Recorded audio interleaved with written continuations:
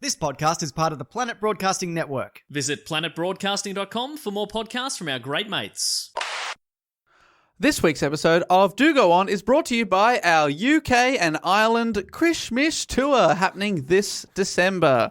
Our London show sold out in just a couple of hours, so we've added in a new show that is on sale now, and that is before the other show, so it's a matinee, 4:30pm, Sunday, December the 8th. Oh, I can't wait for a matinee.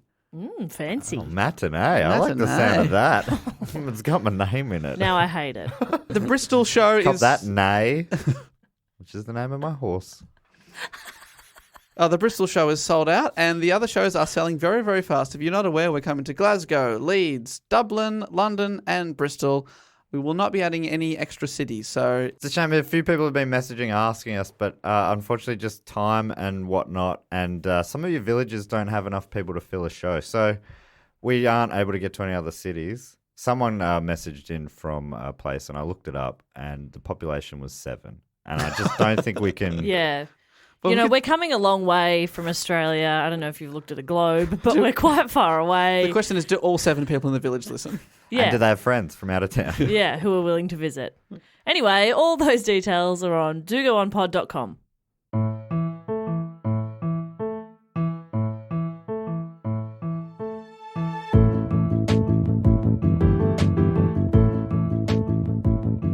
Hello and welcome to another episode of Do Go On. My name is Dave Warnke and I'm sitting here with Matt Stewart and Jess Perkins. I'm standing. That's true. I'm kneeling. And I'm lying Oh. about sitting because I'm also standing. Yay! God, it's confusing. Yeah. Especially looking at you sit over there. Yeah, no, I'm just quite short. Sorry, I no-anded you there, didn't I? Yeah, you know Andy. I flunked out of You improv know butted school. him. I No just... butt Dave. Huh? That's actually one of your nicknames from childhood. No butt Dave. That's right. It's such Tiny tiny tush. So tiny, it's non-existent.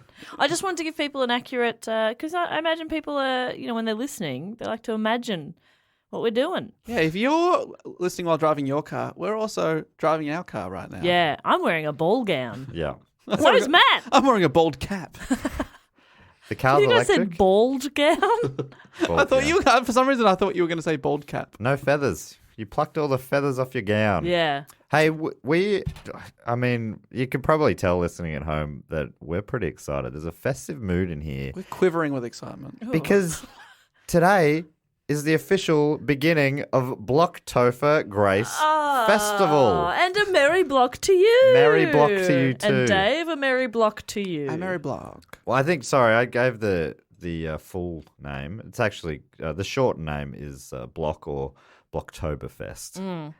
Or Block-tober Grace Period Festivale.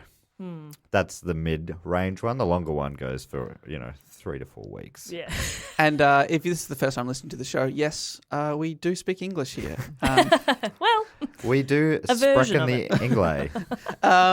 Blockbuster is where the original title came from last year. When October, we did some of our biggest and most requested topics. Yes. Blockbuster-tober Grace Period Festival. yes. And this is the second annual version, and we're doing that again. It is week 1 of Block. Yeah, so this year we used a new system. I put on our Patreon at patreon.com/dogoonpod. I put it out to our patrons, and they gave us a heap of great suggestions, and then they upvoted it until I got, I think, a 20-odd suggestions from them, and then I went into Jack the Hat McVitie, which is where listeners can suggest topics. Anyone can do that, and there's a link in the show notes.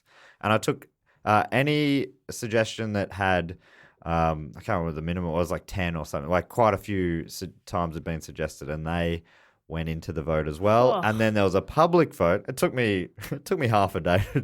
Anyway, and then I wrote the 50 options out, and I was about 45 in, and I accidentally clicked the cross on the tab, and I had to begin again. No. My fat fingers. This sounds more complicated than the American general election. Yeah, it is similar to that.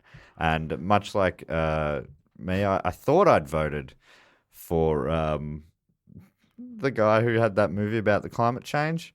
But Al Gore. But it ended up going to the other guy, The the guy Bushman. who had the movie about climate Was that change. Superman? Yes, that's him.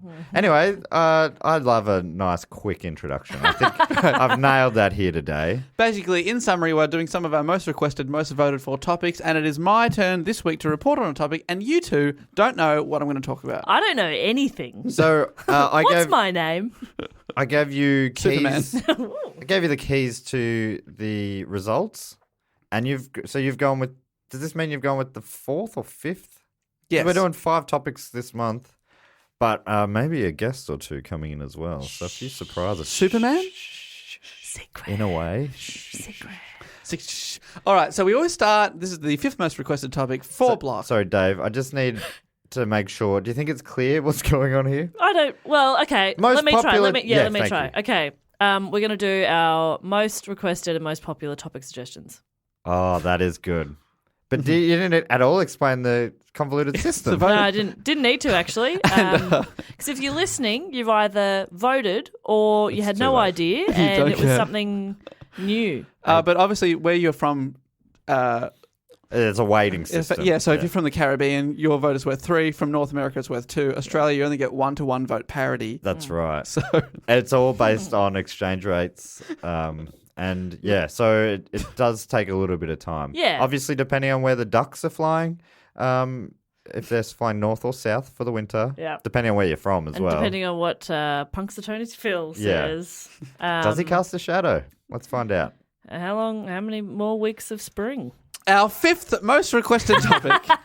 Here it is. My question. We always start with a question to get us onto topic. And my question is to you. What was the first commercially produced fantasy role-playing game? Oh, I've got a real advantage here because I made the list of topics, so I think I know this one. You're able to remember all 49 topics and Well, whether they I were a fantasy role-playing game Yeah, or I not? remember all the role-playing games that were in there. 40 out of 49 of our most requested topics. But I also know that someone is tallying the results, so I'll give just one go. Dungeons and Dragons. You got it! Yay! It is Dungeons and Dragons. Woo! And this is a very requested topic. So shout out and thank you to all these people. And there is quite a lot. So I'll try and get through them. Harry from Northampton. Jonathan Busick, who told me how to pronounce his name. He said, but Matt can mess it up if you want. I'd love to. Jonathan Buttkiss. He's from Havermill, Massachusetts. Jeremy Flaherty from Noblesville, Indiana. Johnny Dawson from Leicester, England. Christopher M. McAuliffe from, I cannot believe this is a real place, Snohomish, Washington. Cool. Benjamin Ward, Southampton. Taylor Payne from Las Vegas. Johnny Dawson from Leicester again. Yep, I put your name in twice. Colton Adrian from Chatteroy, Washington. Zach Bay from Newton, Iowa. Adam Benson from Essex. Chris from Sidmouth, Devon. Jacob Miller from Bloomington, Indiana. And finally, McKenna from Potsdam, New York, USA. So obviously, we're not joking when we say most requested topics here, most popular. So that's exciting. That's a, Yeah. that's a big Highly list. requested. And Dungeons and Dragons is today's topic. Before we jump in, do you guys know much about this fantasy role-playing game? I know very little. I know. I mean, I've seen all 3 seasons of Stranger Things, and they played in that. I know there's a Demogorgon at one point. I know that, and I'm also in a couple of Facebook groups, like the Planet Broadcasting one and the Sans Pants ones, and it comes up a bit in there. There's something about a dice that has a lot of sides, and also some people like to collect piss-coloured dice. Is You that are- piss thing? Because that hasn't come up for me. I'd love to know a bit more about the piss. Oh, I might be wrong. Is that not a thing? Maybe that was one person who posted one thing one time. Okay.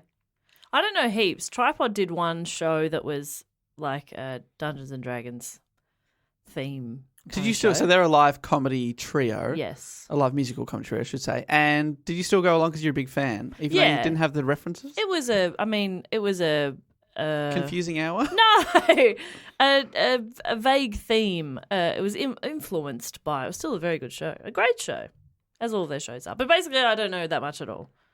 All right. Well, because I knew absolutely nothing. Whoa. So hopefully, Until now. my ignorance is coming from a place. Because I imagine a lot of people at home. It's very popular, obviously, with a certain subsect. Yep. But if you are at home and you're like, I don't know anything about Dungeons and Dragons, hopefully it's still interesting to you because I didn't either. And I'm definitely I'm just flagging that I'm coming at it as a complete novice. So if it's like your world, I don't want to speak out of turn. I actually think if you love Dungeons and Dragons so much, probably stop listening. Just in Honestly, case. because when we did the Riverdance episode, something I care about deeply, it crushed me. And we're definitely going to say things wrong about it, just out of our own ignorance. And we're probably going to make jokes at some point because that's our fucking jobs. So at some point, Oh my gosh. this is going to hurt you. Jess, I can't help but feel you're on the front foot here. Riverdance style. Dave, I just want to double check. Did you thank Jacob Miller for suggesting? Because he's the one who he also suggested it on the Patreon poll. Yes, from Bloomington, Indiana. Oh, well done. Sorry about that. No, that's fine. No, I'm glad absolutely. I just spent 5 minutes finding that name. No, I'm glad you looked that up because he also suggested it into the Oh, Jack the great, Hat. perfect. That's the only way to. So, thank you for double checking. So, Dungeons and Dragons, for those like me who until yesterday had no idea about it, is a tabletop fantasy role-playing game, and it's described on the official D&D website. That means Dungeons and Dragons. Yeah. Like this. Quote, the core of D&D is storytelling. You and your friends tell a story together, guiding your heroes through quests for treasure, battles with deadly foes, daring rescues, courtly intrigue, and much more. I mean, it sounds really fun. Yeah, I'm does. courtly intrigued right now. But how did it come about? The first game was created by Gary Gygax. That is know. an all-time great name. got a new Gary ho- Gygax. Gary Gygax. Gary Gygax. Gary Gygax. Gary Gary Gygax. Gygax. I've got Whoa. written here, we have a new member for the Gary Hall of Fame. Holy shit, Gary Gygax. Gary Gygax. I've got to make a Gary Hall of Fame. That's so We obvious. so Of should. course. And his friend, Dave Arneson. New member for the Dave Hall of Fame.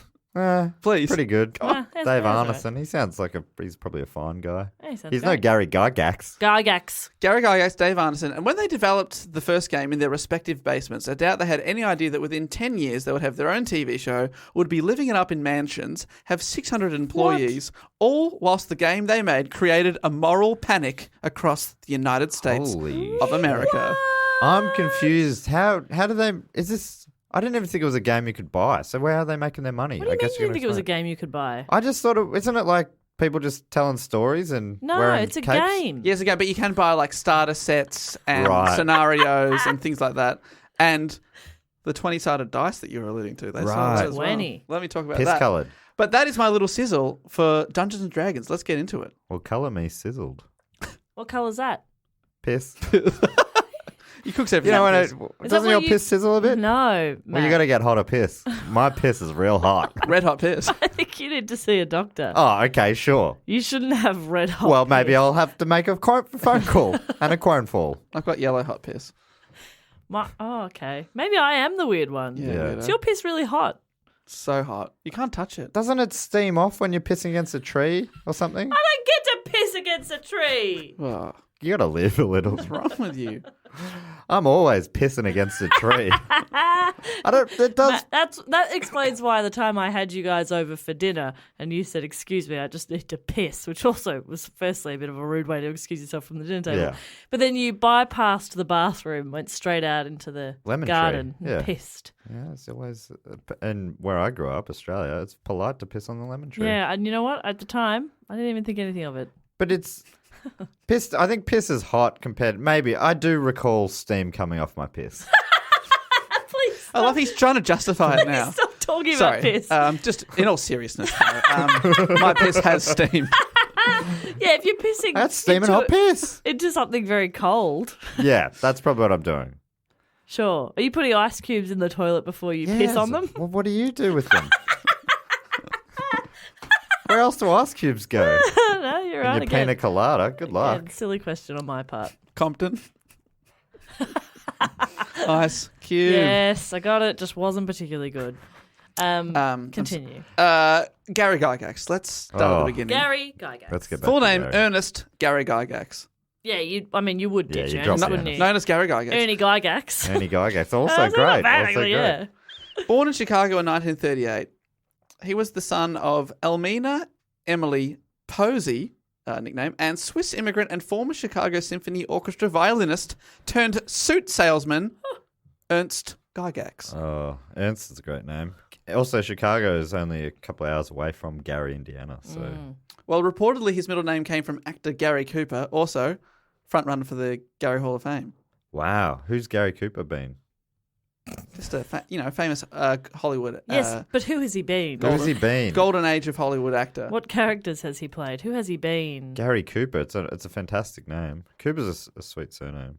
I feel like we're getting bogged down in some weird details. Yeah, early. you're both Googling Gary Cooper. Just move on with the report, Dave. I The reckon. following comes from Michael Whitmer's book Empire of Imagination, which is all about Gary Gygax, which I think Matt should read now. This is about Gary's childhood. Let me tell you about it. Quote, in the words of Michael Whitmer. His gang, if it could be called that, numbered about a dozen neighbourhood boys. Most of them came from good, hard-working immigrant families. They called themselves the Kenmore Pirates. Okay. Because most of them lived on Chicago's Kenmore Street, and pirates sounded more dangerous than kids. That is true, actually. Their rivals, however, had come from the wealthier north side of Chicago and outnumbered them 2-1. Oh, that's Quote. double. Uh-oh. Long story short, the two gangs got into a fight, and seeing their son with a black eye, this is Gary, the family moved to Lake Geneva, Wisconsin, to be with Gary's grandparents. So they moved away from Gary. Gary Gygax's grandparents. Yeah. So the kid gets in one little fight. Yeah, His and mum they- gets scared. That's it. That's it. We're moving to Lake Geneva, Wisconsin. Yeah. He's the Fresh Prince of Lake Wisconsin. Pretty much. That seems like a bit of an overreaction, you know? And there, Gary hated school and dropped out in his junior year and drifted for a time. I should have just stayed in the gang. It sounds like an overreaction, but the recipe for a real fun time. He worked odd jobs and eventually went to junior college at night. Night school. He was doing night school, but whilst working for an insurance company, he discovered his love of what is known as war games. Oh, That's right. He was in a gang and they've moved him and now he's into war games. it's taking it up a notch. War games were tabletop games, often played on a tabletop, board game style, often recreating famous battles where figures and figurines represented soldiers and cavalry, and then a dice was rolled to determine the outcome of the battle. Okay, so you're recreating it, but it's a choose your own adventure sort of way. Yeah, basically. Or dice chooses Who's your going own to win? adventure. Who will win World War II? You roll a dice, you're like, oh my God, Hitler just won. I've made a huge mistake. It was a real roll of the dice, I've got to tell you. One player would be the referee and settle disputes between the two having the actual battle. And you'll see why this is pretty influential on Gary's later life. Does sound like this is, as I understand, what Dungeons and Dragons is. Or D&D. But there's no dungeons nor dragons. Oh, so that's the genius part. It's just cavalry and soldiers. Right. In 1958, at the age of 20, Gary married Mary Jo Powell, and they had 2 children. Gary married Mary Jo Powell. Pow! Powell, and you married. All the while, Gary was still obsessively playing these epic and detailed war games, some of which could go for 2 months at a time. Okay. Whoa. Apparently, it got to the point that he was spending so much time playing the war games that his wife, Mary, thought he was having an affair, and when pregnant with their second child, she confronted him only to discover something much worse. That would be the breaking point for me. Gary and some friends were sitting around a map-covered table. Oh, Gary. Gary, no. Why Please couldn't it have have an been someone affair. else? I thought it was Susan. Please let it be Susan.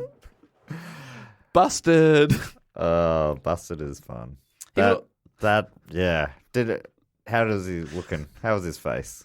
He's like, oh no, I didn't want you to see me like this. Don't look at me. Don't look at me. Was that Simpsons where Marge don't sees look it. at me? Yeah, what did she say? Marge Her discovers dad. her dad's a flight attendant. Right. Not a pilot like she thought. Don't look at me. Don't look at me. He's topping up people's drinks. Daddy? I want to see Daddy fly the plane. Margie, no. Fuck, it's a good bit. Apparently, they'd also play war games over the mail with gamers across the country, which I imagine would take forever. You take one move, you roll the dice, they trusting you to not be lying, and then you'd mail it to someone, in California. They'd Why mail didn't it back. they just do it online? Hello? I don't know. Get a webcam. I don't know. Basic setup. Every laptop has one. Oh my God. I actually don't know. Just like download the app, Yeah. you know? Yeah. Then you just get a notification when they've played theirs. Why don't you just play with someone you know nearby? Yeah. Play with a friend. Oh no. Oh, Gary, no. Oh, no. Please have an affair. Gary was obsessed with chance in the games and found that rolling 2 6-sided dice resulted in 6 7s and 8s being more frequent than 2s and 12s. As there's only one direct combination for 2s and 12s. Right. You've got to get 2 1s or 2 6s. But with a 6, you got a 4 and a 2. You got 2 3s, so there's more chance of it coming up if you keep playing. He got his players to draw a poker chip numbered from 1 to 20 from a bag, giving every number the same 5% chance of coming up. But then he discovered in a school supply catalogue that a 20-sided or icosahedron die already existed. Ooh. So he didn't invent it. No. That'd be a nightmare, wouldn't it? But he brought it into the world That's of... too many. playing. It's so many. But it's much more... if you only have to roll one die. But how do you know Right. which number is it? Yeah. It's very pointy. So it's... The number, I think it's the number that's on the top. Not the number on the left-hand side. That would be much more confusing. Yeah, because that would be different. Who's left? Exactly. And it's like, look, the three of us are sitting in a circle. Yeah. It'd be different for each of us. Oh, Nightmare. that's where the fun begins. Oh. Using his connections in the budding scene, Gary hired a hall and put on the Lake Geneva Convention, or Gen Con for Geneva short. Convention. Yeah. Is that what it was? I'd heard that phrase. I never knew what it was, but a pretty significant historical event. Referring to that year. Inviting war gamers to come over and battle against each other. It cost him $50 to hire the hall, and entry was just $1 per person, but he made just enough to cover the costs, and he was stoked. Aw. He just wanted to share his fun. And it was great for him because he was introduced to new people and new variations on games, and Gary was inspired to expand his friend Jeff Perrin's rule book for a new game, which Gary expanded into an entirely new game called Chainmail. Chainmail. The real innovation that he implemented in his new game was that rather than just having blocks of characters, like 20 nameless soldiers that you're rolling the die for, in his new game, you could control a single character and give that character a personality. Oh, I like that. See? Feels more like The Sims. This is where the fantasy comes in, because a lot of the people playing didn't have personalities. So they could make up personalities for... Exactly. Yeah, in The Sims, you can be a stand-up comedian, and my Sims are always way more successful than I am. I'd really love to make up a personality for me. Can you make one for me? Yeah, big time. I'm just gonna make you really good at listening and never interrupting. Okay. This is fantasy. It's unbelievable. I want to play. I really want to play a D&D game. I got to ask someone I know who does a D&D podcast. I reckon we can do a Patreon bonus episode. Oh, that's a cool idea. It'd be really fun. We should get a guru in. They can be the... Would that not be really frustrating for them? Maybe. Oh, I don't know. Three noobs? I don't know. I think in my research, people Hing's seem pretty happy to invite share new it. people in. I'm pretty sure nice. Michael Hing's one, he started without knowing what it was, I think. And Adam Carnivale from Sanspants one, maybe he seems like a patient guy. Maybe he'd be up for it. Okay, cool. Anyway, I could probably ask him off pod, Yeah. seeing as he doesn't listen to this. Adam? But Adam, if you are listening, get in touch. And also, he also had fun with Chainmail by making a secondary group of rules that you could add in that included magical elements like dragons, elves, and wizards. Oh, that's fun. So Chainmail was very much like all the other games, which was war-based, but you could control one character. Yeah. And you could play that normally. But then he had a little extra group of sort of out the back of the shop rules. Oh. Where you could add in the magical stuff. Most of his friends he had in the war game scene didn't get the magical elements and shunned Gary and the game. Aw. They did not like it. That's pioneers. That always happens to pioneers, you know? Yeah. You're breaking new boundaries. People are going to poo-poo you. Poo-poo, they'll say. He was poo-poo. poo-poo. But a friend offered to publish it, and Gary agreed. That's a good friend. Poo-poo. It was not poo-pooed, it was published in 1973 and became the small gaming company's biggest hit yet, selling 100 copies a month at $3 a piece. Ooh. Gary, at this time, was working as a shoe repairer in his basement, so he wasn't wealthy from the product, but it suddenly became clear that he might be able to make a living out of the games. That's cool. Suddenly seemed possible, but mate, do what you love, never work a day, you know? Yeah. that's what he said with the shoes, and it got old really fast. Yeah. I love shoes. I wear shoes every day. Yeah. What more do you need? So Gary started to dream, but it wouldn't fully click into place until the following year's Gen Con, Geneva Convention. Enter Dave Arneson. Gary and Dave, two great names, we can all agree. So what? So did they didn't know each other until this point? No, they don't know each other yet. Oh, you were just sizzling. Yeah, that was a bit of sizzle. And I'm going to flashback now to when Dave was born in Minnesota in 1947. So he's a bit older. Minnesota. 9 years younger than Gary, yeah. What's the Minnesotan Younger. accent? I get how time You get works. maths. Where is it? Tell me a bit about Minnesota quickly. Do you know? Midwest? Midwest, right? Minnesota. They've got a cool accent, I think, and I'm pretty sure. The basketball team is the Timberwolves, which makes it sound like maybe they're foresty. Yeah. Timber and wolves. So they border Canada, and part of the border is the Superior National Forest. Whoa, So I reckon they're pretty superior. that's great. I'm pretty sure that Brandon and Brenda from 90210 came from Minnesota. And Marshall from How I Met Your Mother. Right. I'm pretty sure early episodes of 90210 they'd be like, "Hey, Minnesota." That was like the put down Classic. nickname for the new kid in town. And they're like, yeah, I do come from there. Yeah. Can I It's help you? Similar to "Hey Utah, give me two." Oh, I in a love way. that. In America, I love nickname because they're so big and everyone's moving around a lot. Yeah. Everyone's nickname is just the place they're from. Here, it'd just be like, "Hey, Melbourne." Yeah, Melbourne. What's up, Melbourne? Well, yep. Oh, what was that? Where were you going to go? Well, there? no, my boyfriend is from Sydney. Oh, that's why I call him Sid. That's why people at his footy team call him Lockie because of lockout laws That's in pretty Sydney. fun. Which have been repealed. So it's not even a relevant nickname anymore. Oh, they're so creative at footy clubs, aren't they? Aren't they? Yeah, Oh, lucky. lockout. Classic. That's pretty funny. Smack on the bum. They love that little bum tap, don't Love they? a little bum tap. Bum bum.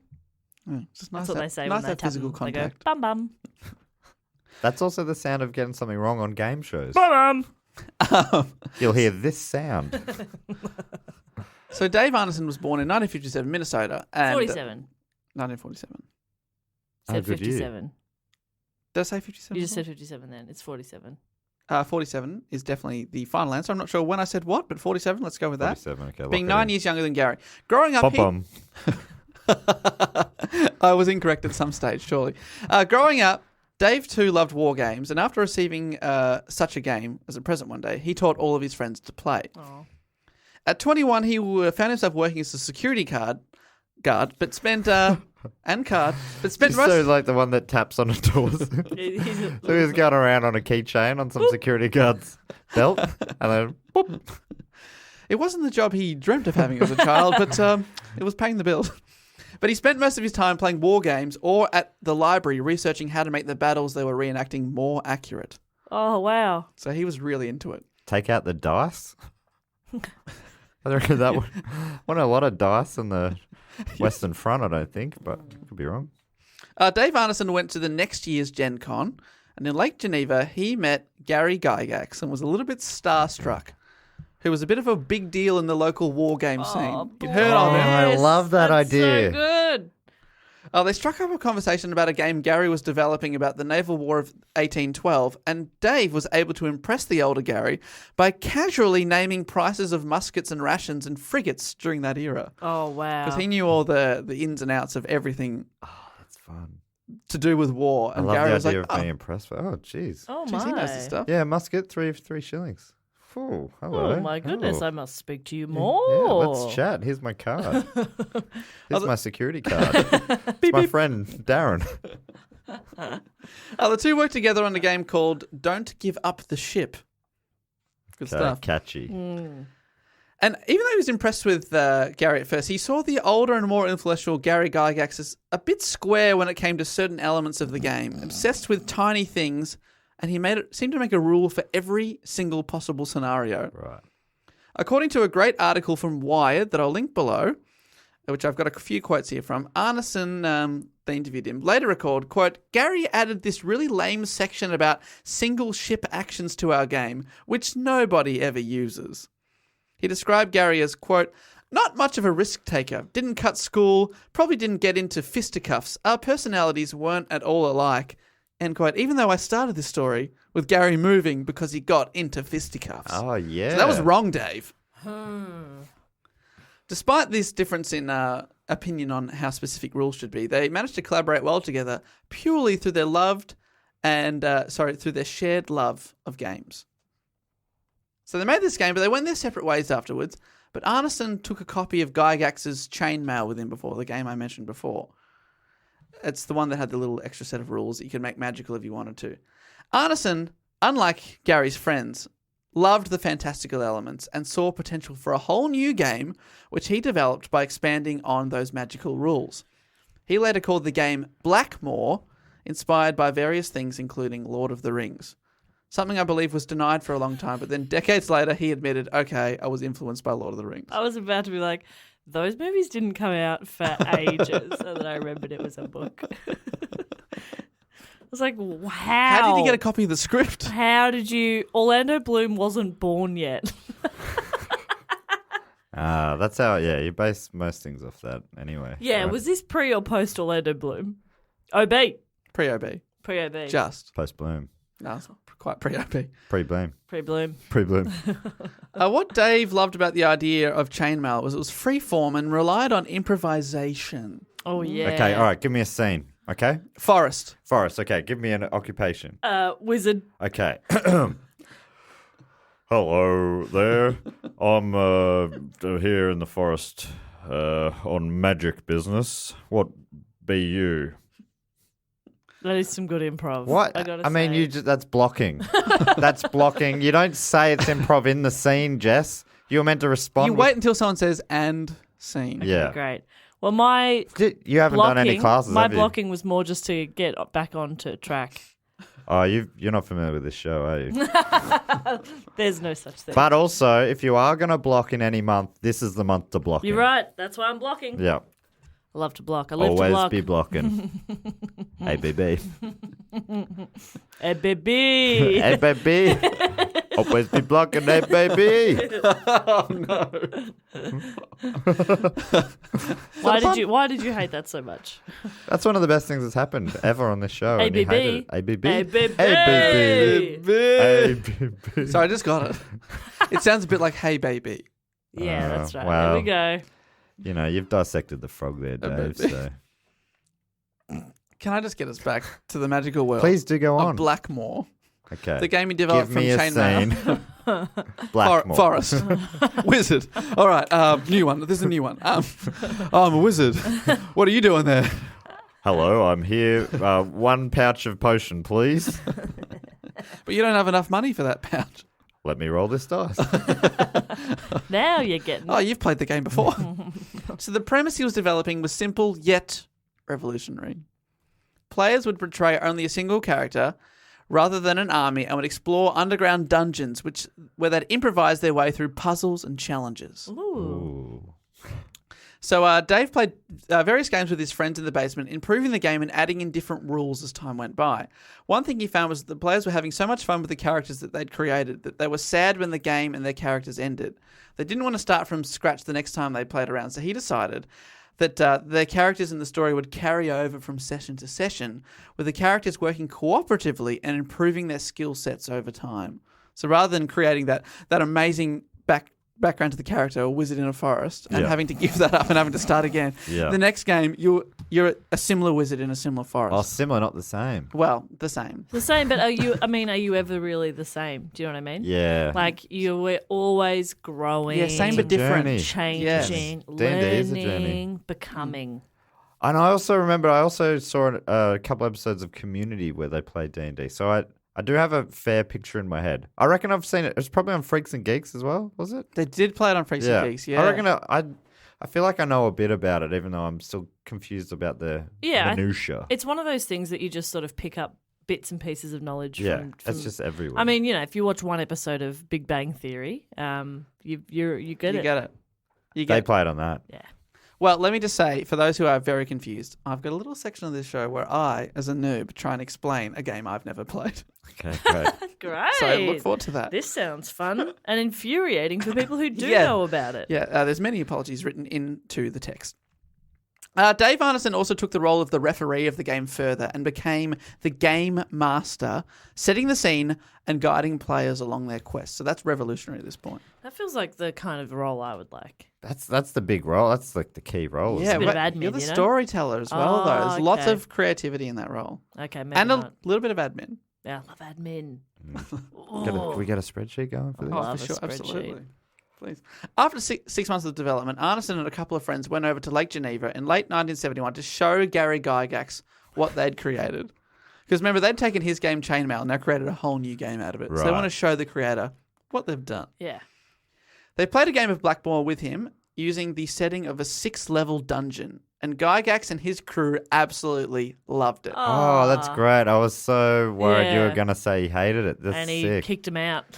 That's so good. So they'd developed Gary's game. Now, he requested a copy of the rules and he expanded them from 18 to 50 pages because remember, he loves rules. So he's now expanding on his idea that's been expanded, which is really, really cool. Arneson didn't think that it was possible to have a rule for everything when you're asking people to use their imaginations. And Arneson later said, quote, he was always big on having different weapons having different effects. Years later, he literally had a small book on different kinds of pole arms, which I regard as the ultimate in silliness. It's just a pointy thing on the end of a stick. Far out. But Gary loved to have rules. The two collaborated over the phone on the rules, racking up a massive large phone bill because this is the 70s. Why weren't they Skyping? Oh my God, text. Skype's free, guys. It's free. Hello. Facebook Messenger. Yeah. But after a few months, Gygax was finally ready to properly test the game, which he did at home with his friend Don Kay, two of his children, 11-year-old Ernie and 9-year-old Elise. Oh, he passed Ernie down even though he didn't use it Yeah, himself. third generation. Ernie Gygax. And another kid from up the street who has not been named. Imagine that. You're part of basically the first ever game of this and you're not remembered. Ernie chose to be a warrior. Elise chose to be an elf. And Gygax was stoked as he watched on as the group had a fantastic time. Oh, I'd be a little elf. It'd be cute. So the game's I'm good. cute. From Melmac.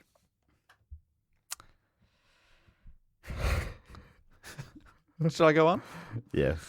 The game's going great. The family are loving it. He's like, this game's appealing to all ages. Now all he needed was a name. Something catchy. A name that's witty at first, but seems less funny each time you hear it. Okay. The B sharps. Sorry, I had to include a Simpsons reference. No, the story goes that Gygax paired a bunch of mythical and sword-based words together until he came to Dungeons and Dragons, and his daughter Cindy, who was only 4 years old at the time, said, Daddy, I like Dungeons and Dragons the best. And that's what he went with. Great. Good job, Cindy. So he's got a game, he's got a name. Gary started... And he's got no shame. He's not wearing pants. Well, he started shopping the idea around to gaming companies, telling Avalon Hill, the biggest company in the wargaming biz at the time, not that I need to tell you that, he said, I reckon this game could sell 50,000 copies. They were not interested, and neither was any other publisher. So this is a classic story, Harry Potter style, of shopping the idea around and people saying, that's not going to work. Because people would be coming to their shops every day going, hey, we've got I got a a game. new game. I didn't realize how big it was. It's a big thing. Even Huge. today, people making up new board games. Yeah, people love it. The main problem was when he was pitching was that people couldn't understand a game with no winners and losers that in theory could just go on and on and on. Because you just go on these quests together. Yeah. It's not like Monopoly when, there's a winner at the end and everyone else is Who's ever sad. finished a game of Monopoly, though? I never have. I've never finished Monopoly. It's too boring too early. Yeah. And it's Seems somebody... fun. You get to pick a car or something. Yeah. That's fun. Go round a bit. Yeah. I'm going to jail. Oh, 1 second prize in a beauty contest. We're having fun. Yeah. By the third loop, I'm over it. Yeah, I'm bored. I like Monopoly. Of course you do. Yeah, you're a big fun. dirty capo. That's why. Yeah. Nerd. It's just You're fun. a nerdy capo. Have you ever finished a game, though? Absolutely. What I've the won fuck? many. Who are you playing with? Our family, friends, Oh, you don't have either of those. people in the mail. You're very much alone, Dave. It's a fun game. What Yeah. about McDonald's You just have to be Monopoly? prepared to lose, which is fine. Yeah, but it's just a long, painful loss, isn't it? Too long. At the point of that game, it was built to show people how capitalism is. I And think. people are, oh my God, capitalism is really fun. Yeah. What's the point of the game? How do you win? You bankrupt everyone else and you become the only person with the capital. That's fucked. Yeah. That's life, man. I'm doing that right now. Who are you bankrupting? No, sorry, I'm being bankrupted. I'm being done that to right now. Sorry. I'm very much winning the game at this point. Yeah, Dave. Yeah, we it's know. no Yahtzee, let's be honest. It's no Cluedo, is it? Cluedo, great game. I'm great at Cluedo. I love Great Cluedo, game. Great love game. Boulder Dash, I love Cranium. Categories. Categories, love D&D. Scrabble, Now, Scrabble I like. D&D I've thrown in there. All right. It's a new fave. Boggle. Boggle, it boggles the mind. The mind, it boggles. I do like board games. I never play them. We should play board games. I'd love to. Let's have a board game night. All right, let's do one when we're in one of our nights off in the UK and Ireland. Let's play a board game. Oh yeah, let's Monopoly. party. Here we come. That's definitely how I want to spend our night off. 6 hours playing a board I game. can't tell if you're being sarcastic. I or not. can't tell either. I love I board don't know what games. future me will want to do. I also love Don't lock me down. I love card games. There's also, but a lot of pubs seem to have like a stack of board games now. I've never seen anyone play them, but they seem to be in a lot of pubs in the corner, like loungy pubs, Like Connect bars. 4 and stuff. Yeah.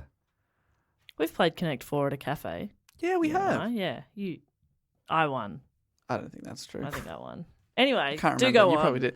So he's trying to sell this, but Gary can't get anyone to buy the game, despite him saying this is going to sell 50,000 copies and revolutionise the biz. He's a good salesperson. Well, apparently not, because no one's taking him up on it.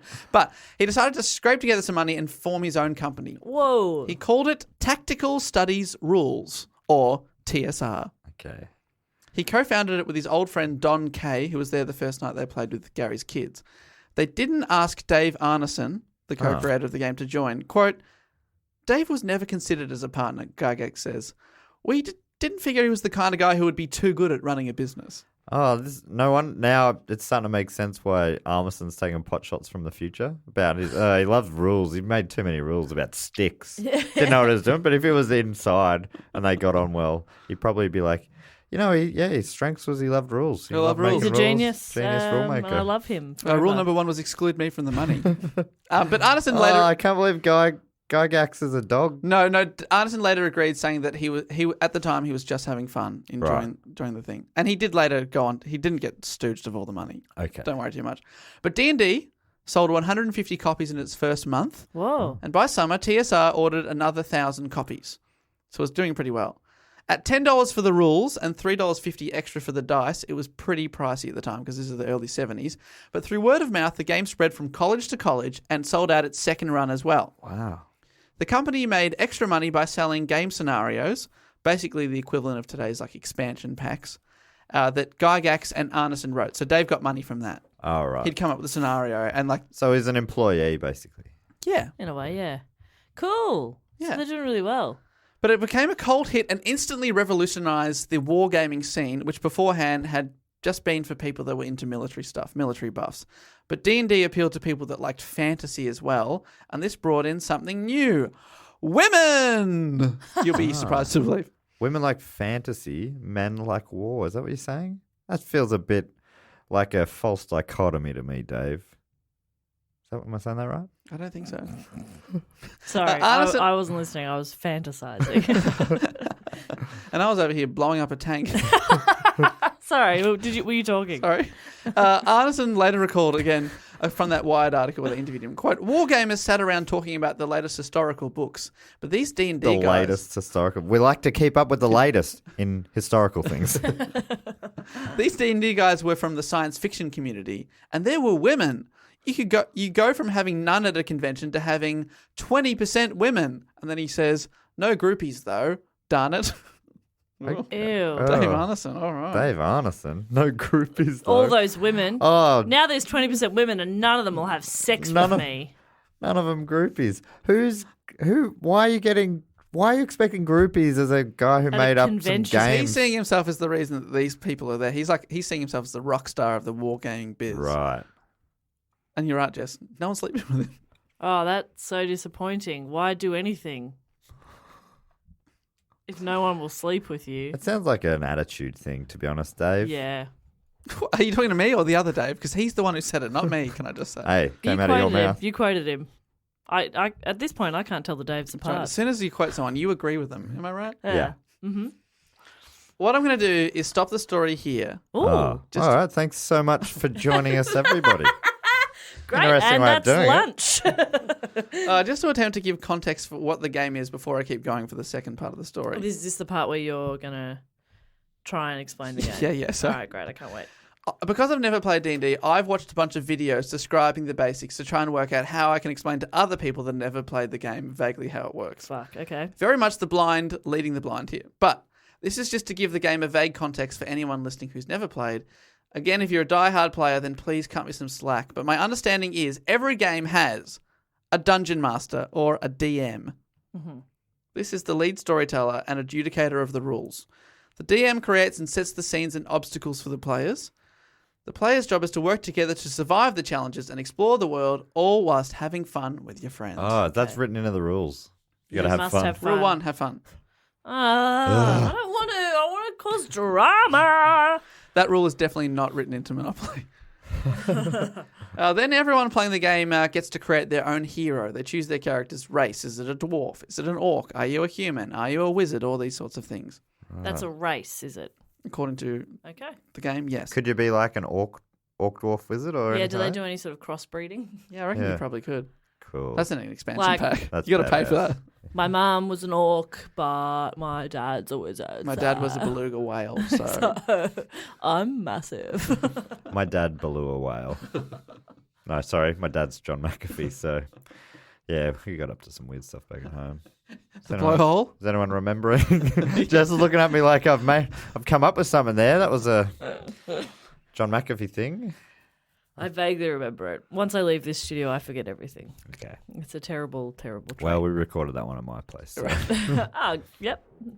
One of the most fun parts of the game that people who play it kept pointing out in the videos was that it can be really fun escapism because you don't have to be yourself and you can be whoever you want to be in a room full of other people pretending to be other things as well. That's Yeah. a big part of the game. So you pick, I want to be an orc, and then you get really into it. And a big part of the game is because everyone else is doing the same thing, you're not getting laughed at for your creation. that's Basically, that's a nice. big part of the fantasy of it. Everyone also has a character sheet that describes their character and also gives them stats which influence how well they react to things in the game. So you might be really strong, but your character might be really dumb. But Matt might be really smart, but not Okay, strong, so you hang can on. work together. Hang on. That felt a little too targeted. A little too close Because to the I bone. am very strong. Yeah, very strong. I'm the For strongest example, of the three your of us. character might have really strong legs. But I'm also the dumbest. You of the also might three be of us. incredibly thick. Yeah, Dave, I'm picking up Strong what legs you're putting and down. thick are the same thing, mate. Hey, that's an orc. Yeah, Did you know what an orc was? It's sort of like a big, muscly, bald guy with walrus tusks. that's probably me, actually. I'm Did you probably know an that? orc. But like a lady I always orc. wondered what they were. So probably real hot. Yeah, lady pirates are always hot. Yeah. So lady orc. orcs, sexy. Yeah. Like Princess Fiona, you know? Yeah. She's like, That's sure, an ogre, she's an actually. So No, I know, but I'm saying like Shrek have is to pull you up ugly, there. but Fiona, bit of a babe still, you know? I mean, are you saying Shrek's not? That's exactly what I said. I said Shrek is ugly. I don't understand. Are you telling me that Shrek is unattractive? Yes, physically. I don't understand. This is not computing to me. Oh my god. Did you want to fuck Shrek? Yeah. I'm so confused by that question. Oh wow. Is that okay. rhetorical? I mean, I guess we all have different Does tastes. the Pope shit in the wood? Do you want to fuck Shrek? These questions are rhetorical. Dave, as you have a sip on your water, I want to see if you are really a ventriloquist or if Dave, do go on. I stopped drinking 5 minutes ago. So everyone gets a character sheet and it says like your stats. For example, strength, measuring your physical power, carrying capacity. Constitution, which measures your endurance, your stamina, your good health. Charisma, measures your force of personality, And whether or persuasiveness. not you could lead a cult. Absolutely. But one of the videos I watched was from Vox, and I'll link that into the description because it's quite interesting to watch people play it. But they broke the gameplay down into 3 basic steps. 1, describe. 2, decide. 3, roll. Describe, the dungeon master describes what's happening. For example, you see a smug-looking goblin standing up on a hill ahead. They're all smug, those fucking goblins. 2, decide. The heroes decide what action they want to take, e.g., should we kick him in the nuts? Yeah, probably should. Kick him in the nuts. With those tiny goblin nuts. Tiny little gobby Finally, nuts. roll. You roll the dice to see whether your action was successful. Ah.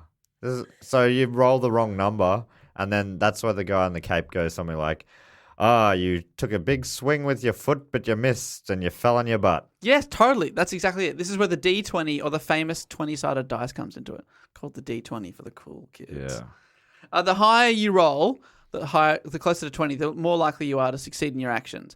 Then you also add in bonuses from the character sheet that gives you a bonus depending on your character's traits and strengths. So if you have to outsmart someone in a game, you've got to roll the dice to see if you're able to do it. The higher you roll, the more likely you are able to do that. But say you roll a 13, not that great, but a mid number, but then you have a +3 in intelligence on your sheet. You add that to the score.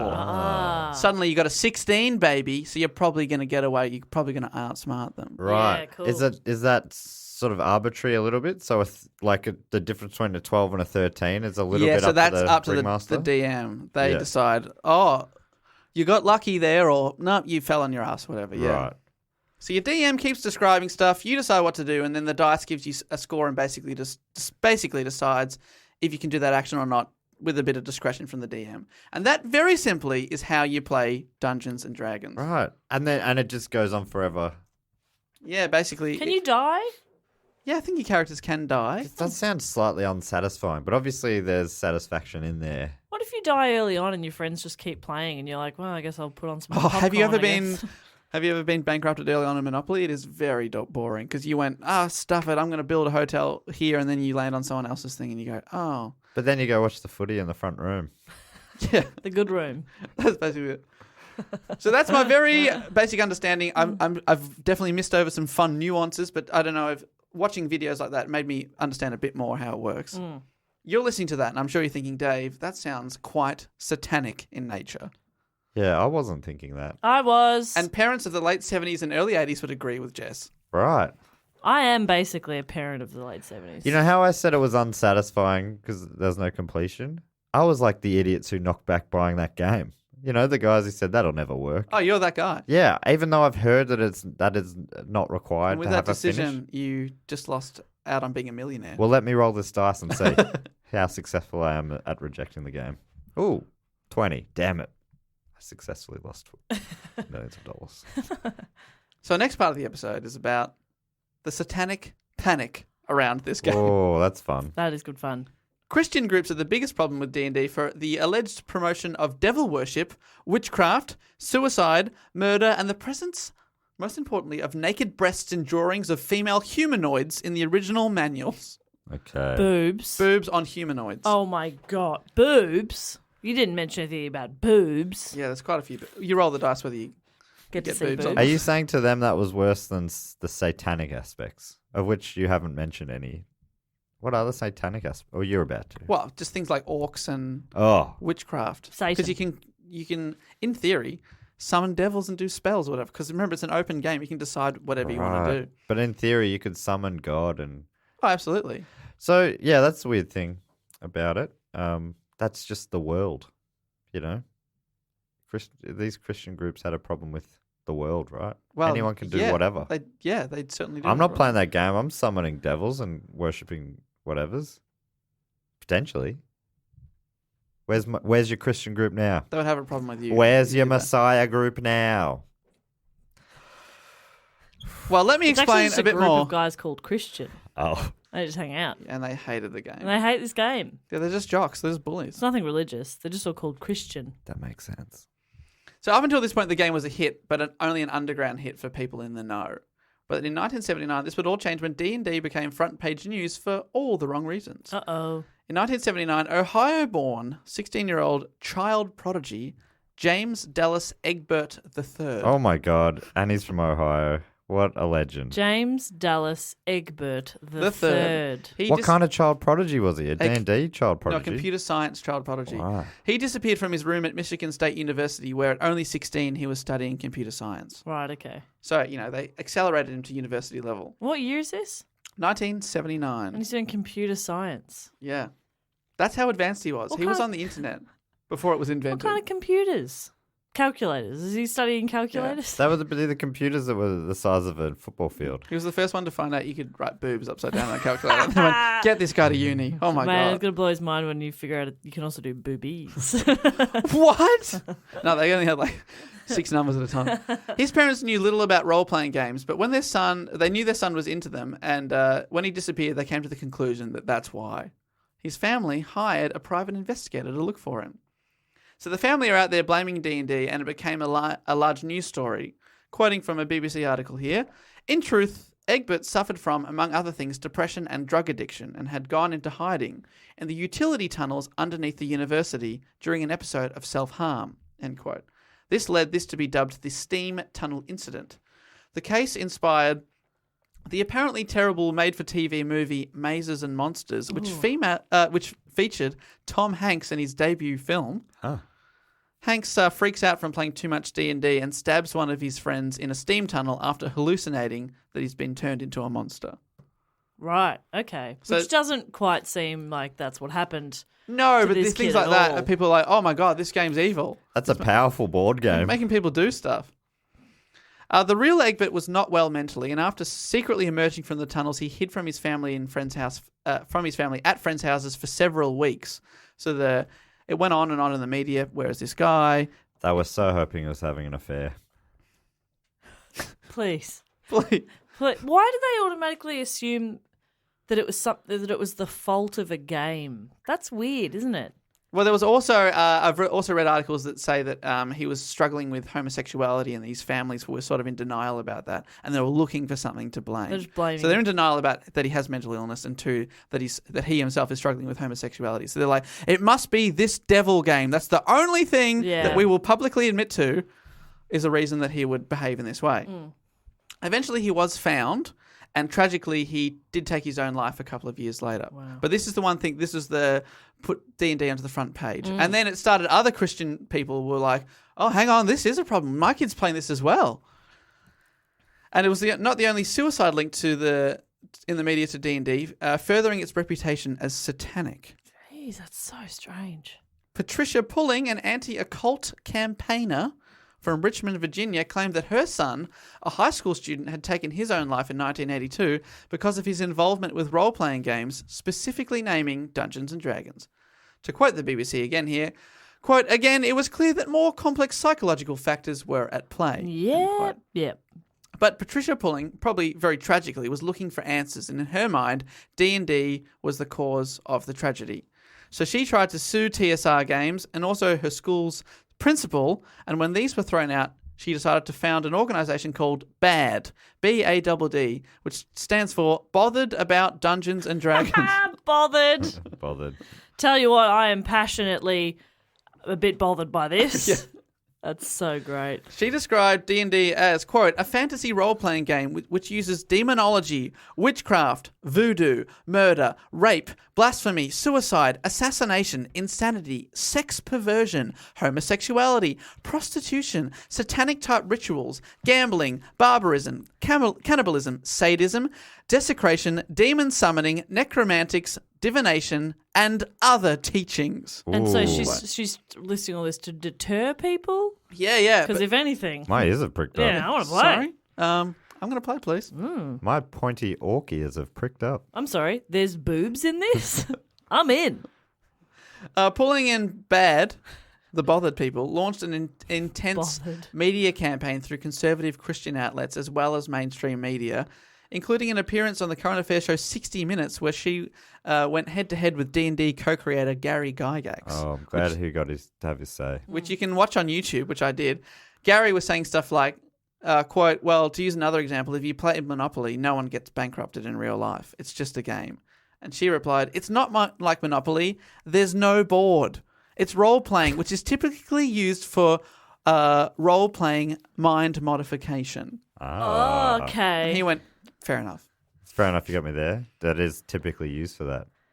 The whole 60-minute story is particularly alarmist, and I'll link to it in the show notes. The journalists have gone that way. Yeah, definitely making it. Really I biased. thought Seems 60 crazy. Minutes used to be like a legit sort of journalism outlet. Yeah. That probably Never? that was probably considered legit then. Oh, right. But yeah. What Patricia and other D&D campaigners didn't realise was what they were doing for the game is they were increasing visibility of it, and this in turn caused it to become more popular in the mainstream. People who had never heard of it before were now hearing about it for the first time. Boobs. And of course, you tell people, like teens, not to play something because it's dangerous. And they're like, well, we're in, baby. Totally. So in 1982, the company saw its D&D sales shoot up to $16 million for that year. Hey, any publicity is good publicity. And it was selling better than ever. That's crazy. I just hiccuped mid-word. That's crazy. As the popularity of D&D and other role-playing games increased, Pulling's views and statements, this is Patricia, were increasingly called into question. I don't want to laugh at her too much as she tragically lost her son, but she did once tell a newspaper reporter that 8% of people living in Richmond, Virginia were Satanists. She arrived at that figure, she explained, by estimating that 4% of adults and 4% of teenagers were involved with Satanism, and then added that together to get 8%. When the reporter informed her that mathematically that's still only 4%, not 8%, she claimed that it did not matter because even 8% was a, quote, conservative figure. So she was really clutching at straws. Oh, dear. But because of this, Gygax, Gary, received death threats and reportedly had to hire a bodyguard. Oh, man. Okay. Sorry. Quick sidebar here. Bodyguard? Did you watch The Bodyguard? No. Okay. At work the other day, I was up in the Triple J offices and I was walking in the morning and there was a massive man. What's just happened to your face? Are you okay? What's that? She's looking at Matt for the record, not me. My face is still What fine. just happened? Is that a yawn that it you were was a yawn. stifling? That Okay. was a Sorry to stifled bring it yawn. up, but you looked in pain for There's a no. moment there. I mean, if someone's gonna stifle a yawn, Yeah, and then I Yeah. brought it up. I mean, it's pretty impolite to bring it up. I'm sorry. I was worried that you were dying.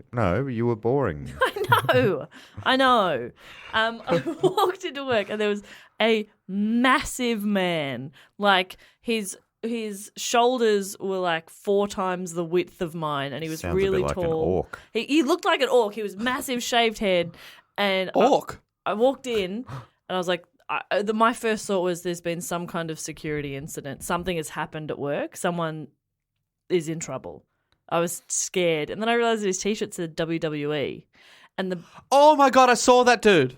it wasn't even that dude. It was that dude's Security guard. Security Yeah, guard. so the dude you're talking about is I was doing warm-up for the audience on the project, and you get live guests in the studio, and the wrestler was Mark Henry. Yes. Who I was big fan of wrestling back in the day, so I was stoked to see him there.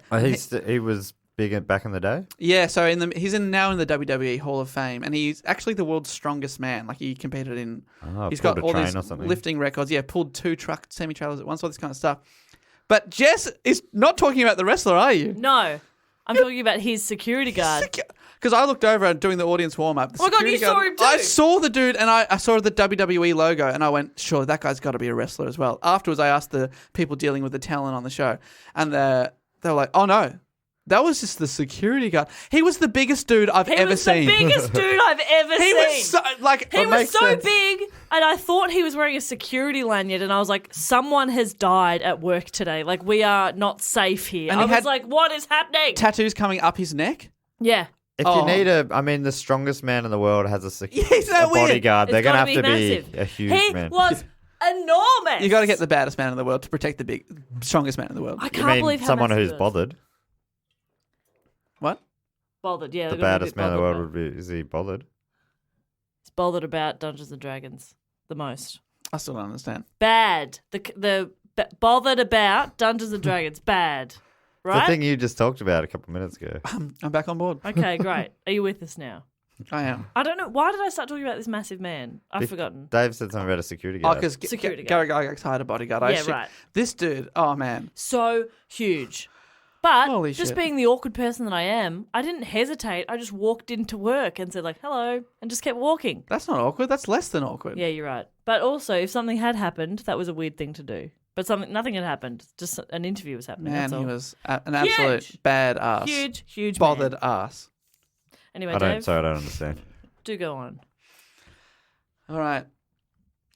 Everything seems to be going quite well, business-wise. Yeah, everyone's okay. We're having a good time. Despite having an animated TV show based on the game and accumulating a small fortune, things didn't go well for Gary Gygax in the 1980s. Uh-oh.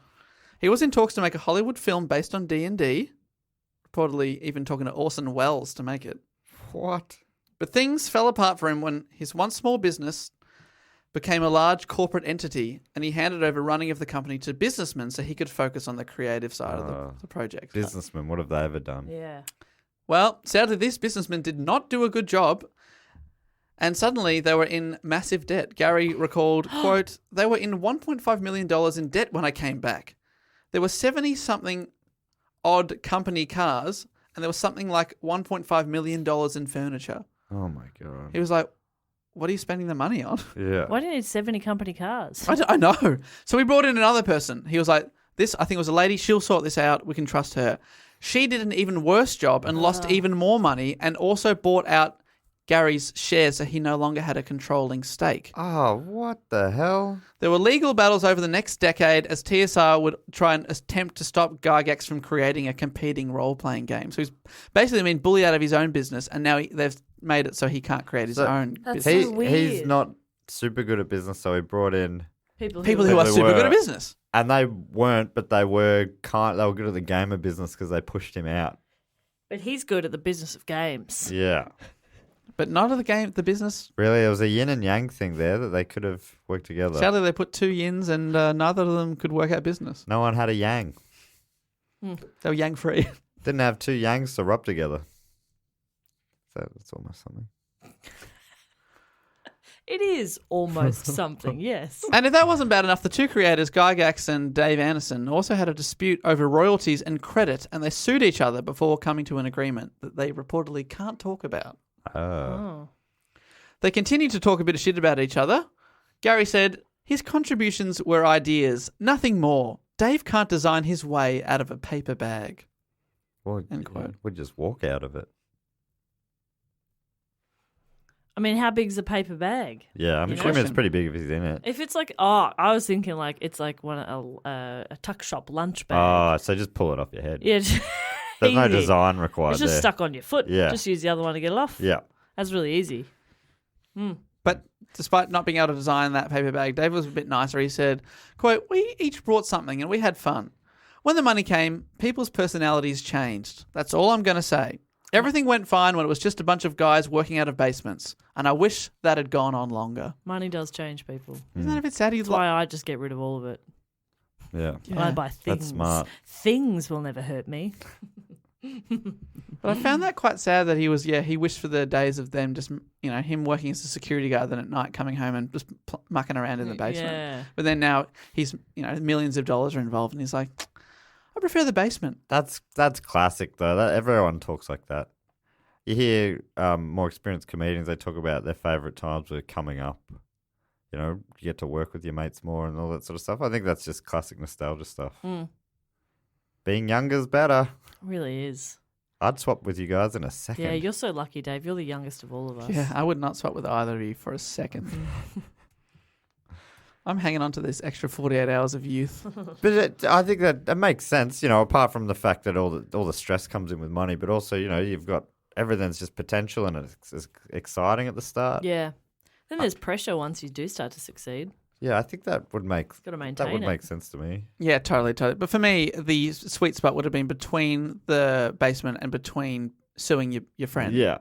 When Somewhere in you there. had the money and you still got your friend. Yeah. Surely that's the time you want to go back to. You had a bit of money, Yeah. enough money, But if you and a friend. if you go back to the basement stuff, you've still got that bit to come. That's true. You get to live it all again. Yeah. That's should go- nice. Go back as far as you can. Gary Gygax sold his final stake in the company in 1985. And the company continued on, but in the early 90s it faced stiff competition from computer games. And in 1997 it found itself deeply in debt. And it was bought out by the Wizards of the Coast, the company that makes the hugely popular trading card game Magic the Gathering. Oh, I've heard of this as well. So they're a massive, massive company, selling millions and millions of cards. They made D&D profitable again, and since that time have released 3 more versions of the game, most recently the 5th edition, coinciding with D&D's 40th anniversary in 2014. 5th edition. Oh, for some reason I assumed there'd be more. Yeah, so they just bring out new... What's that, every 8 years they bring one out? On average. I think there's for a while there they went for, many, many years without bringing out a new version, just rehashing. Despite the competition of computer games, D&D continues to be massively popular, and some people say it's having a renaissance now. Yeah, it feels like podcasting might have even played into that because there's so many D&D podcasts. Yes, there's heaps out there, and many, many popular ones. A film was finally released in the year 2000 and massively flopped. Oh. Oh, Oh. in 2000. In the year 2000, yeah. Wow, the future. One of the Wayans was in it. Okay. Damon? Maybe Marlon. Maybe Marlon. Oh well. By 2004, consumers had spent more than $1 billion on Dungeons & Dragons products, and the company had been played by more than 20 million people. And in 2007, it was estimated as many as 6 million people played the game that year alone. Sadly, neither of the creators are with us anymore. Gary Gygax died in 2008 at the age of 69. Nice. Having continued to create all that time, his role-playing game Castles and Crusades was published in 2005. Dave Arneson died the following year in 2009 at just 61. He taught computer game design and game rules design at Full Sail University from the 1990s until shortly before his death. Oh, wow. Sad too. Both in their 60s. So young. Yeah, both Yeah. very young, but their game that they created, hugely influential. There's so many spin-offs that have come from it, so many different medias that influence, but basically role-playing games on computers now, which is one of the most popular style of game. I call them RPGs. Is that right? I call them MMORPGs. Oh. Massively multiplayer online role-playing games. They, most of those cite Dungeons & Dragons as an influence, so it's still an extremely influential thing over... World of Warcraft is an example, is it?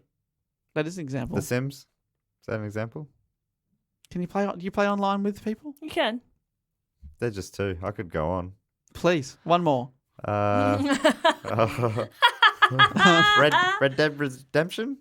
Cowboys? Oh, that's a role-playing game. Yeah, that is. All right. Love that. That's video game chat done for the week. Oh, but that is a noob's... Solitaire? That is a noob's guide to Dungeons & Dragons. The first episode of Block. Oh, Block, baby. block off. And to be honest, now I've seen that. I've watched people play it. I'm keen to give it a go. Oh, we got to do... Next would be time fun. You're doing a bonus episode. You should hook up a game with some sort of a DM. Stands for Dungeon Master. It took me about half an hour after you said that to crack the code, but I got there. Bloody well done. Yeah, so maybe someone from D&D is for Nerds on the Sanspants Network. It's That'd a be fun and popular Friends D&D pod. What's Hing's one called?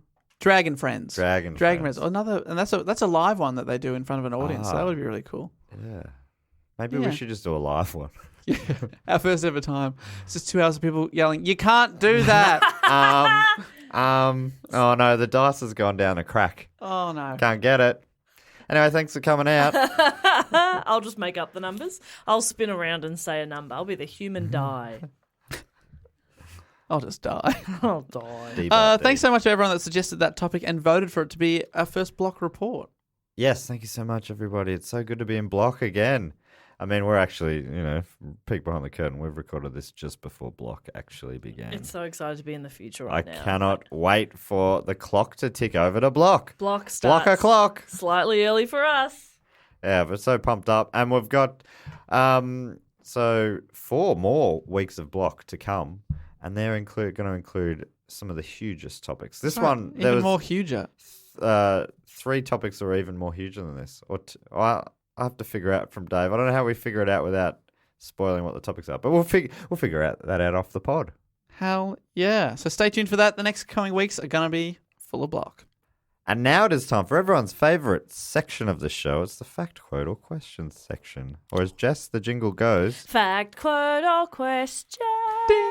And this week, the fact, quote, or questioner is Richard Frederick Schubert III. Ah, And the way that you can get involved in this is supporting us on Patreon at patreon.com/dogoonpod. And this is on the Sidney Scheinberg Deluxe Rest in Peace Memorial level of support. You get to give a fact, a quote, or a question. Well, yes, you ask the question. You don't give a question, but, that's semantics now. if you want to give a question, you can give a question.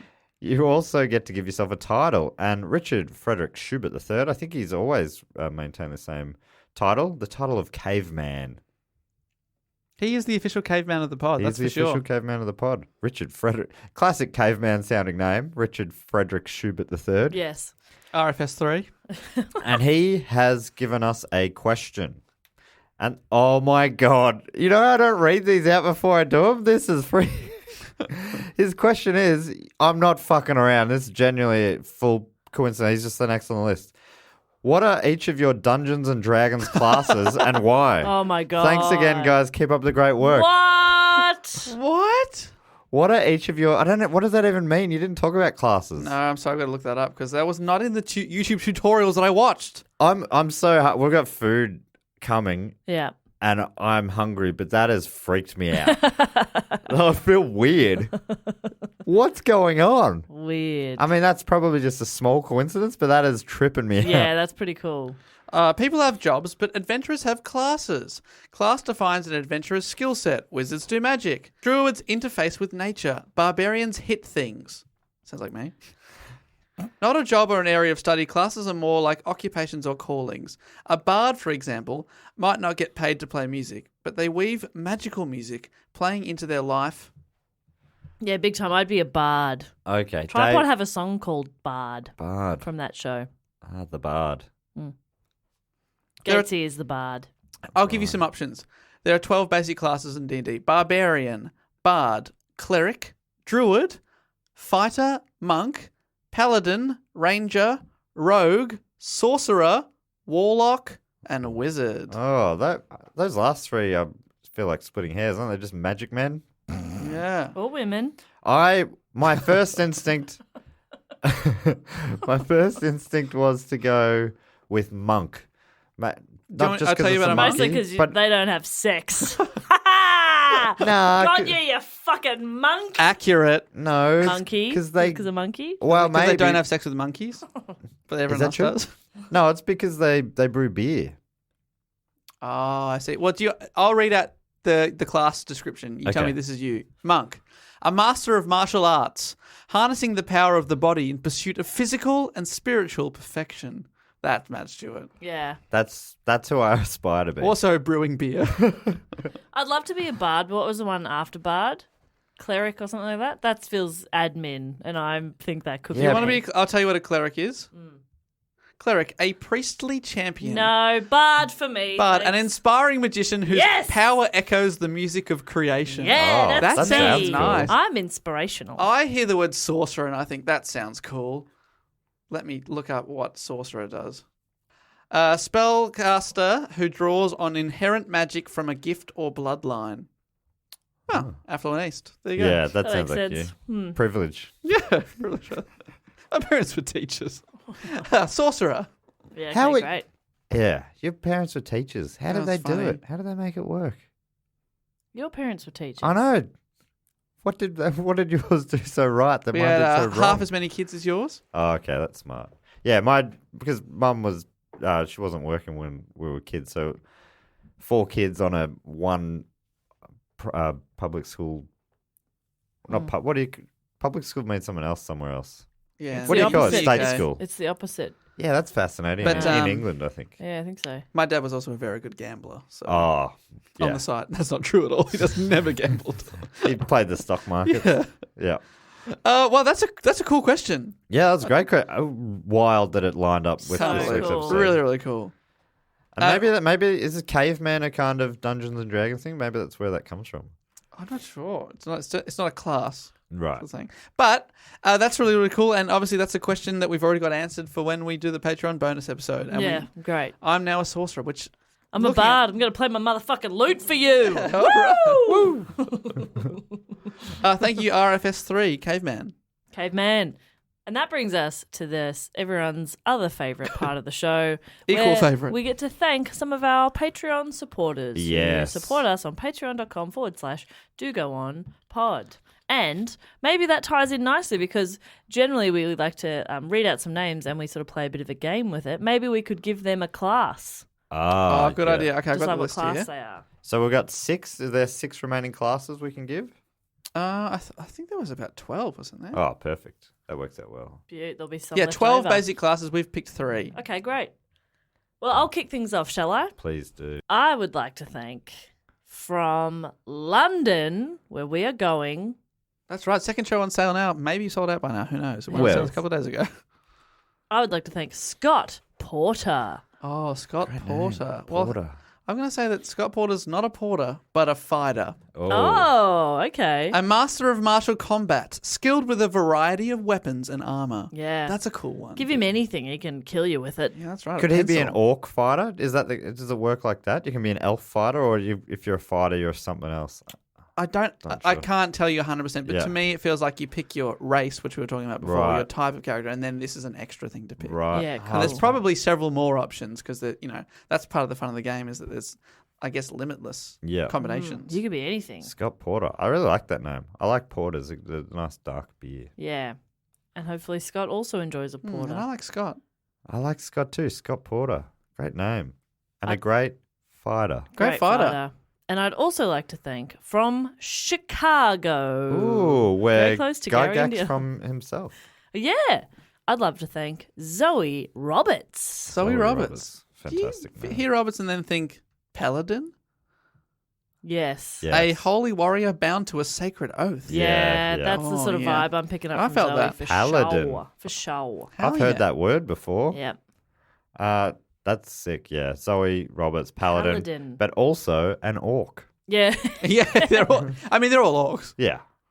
What No. other ones can there be? I don't know Elves. if they are. Elves. Elves, dwarves, Wizards. wizards, Humans. humans. It'd be funny if you were human. So then you could be a think- wizard and then a warlock. Or a wizard and a sorcerer wizard, warlock wizard. It's just Interesting. confusing, yeah. Fascinating stuff. Fascinating. What a world. I mean, I think so. I watched 2 YouTube videos on how to play the game. It's So a I'm fascinating pretty world au of, fait. Yeah, of you know what you're Warcraft, doing. so to speak, isn't it? Thanks so much, Zoe. I'd also love to thank from Crow's Nest in Queensland. This is Crow's Nest. We haven't had it. That's how all the mailing and things when you're a Yeah. kid were lockbag Crow's Nest. Yeah. That's a place. That must be Yeah, a it's a place. place. I did not realize. Of course. So I wonder if Gillian Plant, who I'm thanking right now, do you work for a TV mailroom? Yeah, so if you I wanted imagine to that's the major enter industry a there. kids colouring competition, you send it to locked bag 306 blah blah Crow's Nest. Crow's Nest. Yeah. I assumed that was like, I don't know. Yeah, I don't know. I didn't realize it was a real It seemed place. magical as a kid. Crow's Nest. Maybe it is. Gillian Plant. Well, magical's the vibe you've got for us. Or what do you? Okay, what do you give magical. her as a I think class? I'm going to go for a druid. Oh, druid. A priest of the old faith, wielding the powers of nature, moonlight and plant growth, fire and lightning, and adopting animal forms. Oh, wow. That's what kind of cool. animal Oh, bot? that's cool. Tiger. Tiger. Gillian Plant, the tiger. The tiger from the Crow's Nest. Tiger from the Crow's Nest. And that's a druid, did you say? Yeah, druid. Druid tiger. Wow. And also an orc. How cool. Thank you so much, Gillian Plant, you goddamn legend from Crow's Nest in Queensland. That's blown me away. I'd also love to thank from Holy Moly, Halifax in Nova Scotia, Canada, Awesome. right. Leslie McLeod. Leslie McLeod is such a lovely name. Love Lovely that. name. This has been a sick list Leslie of names. so far. McLeod. And Leslie McLeod is a A ranger. ranger.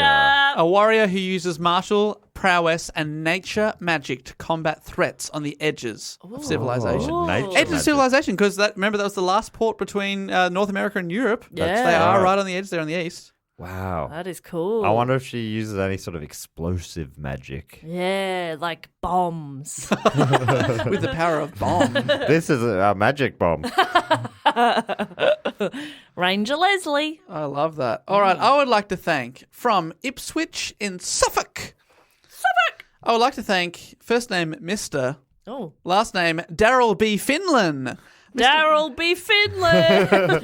Always be Finland. ABF. That is funny. Well, I think that he. What's Daryl up to? Daryl be Finland. What's Daryl? Well, I reckon he's a bit of a rogue. Oh. Yeah, big time. I have a T-shirt that says Rogue. Whoa, is this you? Because this is Daryl, a scoundrel who uses stealth and trickery to overcome obstacles and enemies. Yeah. Yeah, you had me Yeah. at Scoundrel. That is Jess the scoundrel. That So is is Daryl cool. B. Finland. So Yeah. you and Daryl got a lot in common. We're the Couple of same. scoundrels. Couple of Dirty, scoundrels, rotten we are. scoundrels. Ooh, am I? what do we like? Thank you, Mr. Daryl B. Finlan. And finally, bringing it home to North Melbourne, here in Victoria, I would like to thank Zachary Barr. Zachary Bard. Oh, so Zachary he should be a bard. Oh, he should be a bard. But you know what? We haven't done one of these. It's a warlock. Warlock. A wielder of magic that is derived from a bargain with an extra A planter. $2 shop. Yeah. Yeah, with an extra planter entity. Don't know what that means, but that's you, mate. That's you. That's bloody you, That's Zachary Zach Bar. Bar. Big time Zach Zachary Bar. Bar. Mr. Zachary Bar. Hey, if you're a How's that running through my mind as well? Of course you did. I'm in your head. if you are a D&D player, let us know what your class and race and all that kind of stuff is. That would be quite cool. Yeah, it'd be to find fascinating. out what people are. And if you've ever dressed up in a cape, send us a photo. I love seeing people in those big wizard capes. I want a cape. You know the boss, the DM? Do they wear capes? I think they. Well, I don't think there's any hard and fast rules. Even though Gary Gygax probably wanted him to, Gary Gygax. but I think often they do, or at least in the ones I've seen on TV, I think they normally zhuzh it up a bit. Oh, I love a zhuzh. Stranger Things, like the boy who went up to the Down Under in the first season, he was the DM in the third season, and he was like wearing full wizardy outfit, and the others were just not as into it as him. Right, okay. Ah. So it's really an up to you thing. Yeah, I think so. Yeah, when I was watching it, some people, when they're their character, speak in third person, like, oh, my character does this, but other people say, and then he says, and then they put on their voice, hello, Druid. Oh, yeah. They like, it's just up to you how into it you want to get. I'm so keen to do this. We got to do the voice. We got to commit. I think I Commit would. to that bit. I only Mine want to do it has so an I can do that accent. voice. Oh, what kind of accent? An offensive one. Oh, My Chinese Druid says, oh, Jess, no. No. I'm going to get cancelled. That's my dream. about time too. Thanks to everyone that supports the show on Patreon. You make our world a better place. And if you want to get all the stuff like shout-outs and the Fact Quote question, but also 2 bonus episodes per month, you get to vote for topics, be in the Patreon group, get pre-sale tickets to all our shows. You can do that at any time, and like we say, it does really brighten up our little lives. Dave, can I give you a quick fun fact before we go? I'd love one, yes. You mentioned Gary Cooper, the actor, who Gary Gygax was named after. Yeah. I looked him up. His Wikipedia page is epic. It's so long. He had a huge career, but he's also a 2-time Best Actor Academy Award winner. What? Really? He won in 1942 for Sergeant York, and he won in 1953 for High Noon, and that year he also won the Golden Globe Award for the same. He also won in 1959 and 1960. He won at the Laurel Awards. He won Top Action Performance for The Hanging Tree, and They Came to Kajura. So I think he became a big cowboy actor. And then in 1961, he won an Academy Honorary Award too. So he kind of like a 3-time. Oh, right. I'm looking up. That was the year he died at the age of 60. Wow. Not very old at all. So he was like, he's obviously quite a legend. And makes sense that people are named after him. And yeah, he's been inducted into the Gary Hall of Fame. Absolutely. One of the first members, you'd think. Yeah. Big time. I've got to start that up. Could you make a page on our website, Dave? It's the Gary Hall of Fame. Yeah. Just a photo of each of the Garys. That'd be That sick. would be fun. When you've got spare time. Yeah, that's right. I'll find some time for that.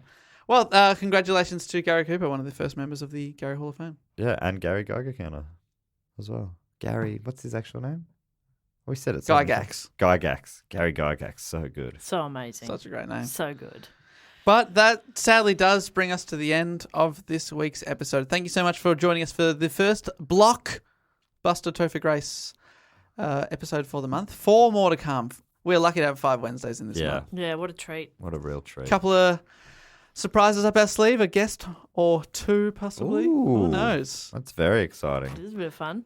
I'd also like to say that my parents made a lot of great financial decisions. I didn't mean to say that Dave's teacher parents are better than my teacher parents Yeah, earlier. my dad was just a better problem gambler than yours. So That's really weighed on my conscience. I mean, they're on a holiday right now. They're doing fine. They bought a caravan. They're fine then. So I think they're going They're okay. going The height of wealth. mine are flying to Prague next week. Mine just went to Adelaide, so Oh. sucked in. Our parents dickheads. have all got things happening, okay? But yeah, seriously, thanks to everyone that listened to this week's episode. We'll be back with a Blockbuster Topher Grace next week. But until then, I'll say thank you and goodbye! Later. Bye! And food's just about to be delivered, and we're really happy chappies!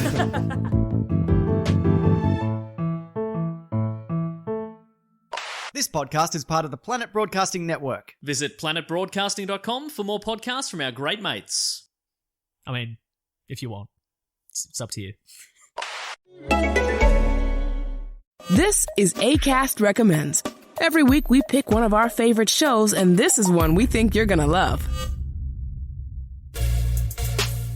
What's going on, everybody? This is Chops from the Load Management Podcast, the premier podcast for all sports content that brings you stories deeper than just the box scores.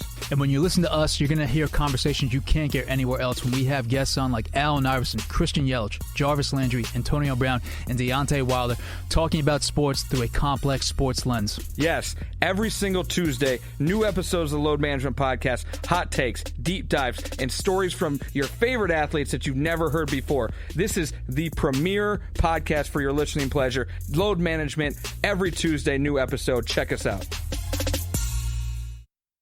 Acast is home to the biggest podcasts from the U.S. and around the world. Subscribe to this show and hundreds more now via Acast or wherever you get your podcasts.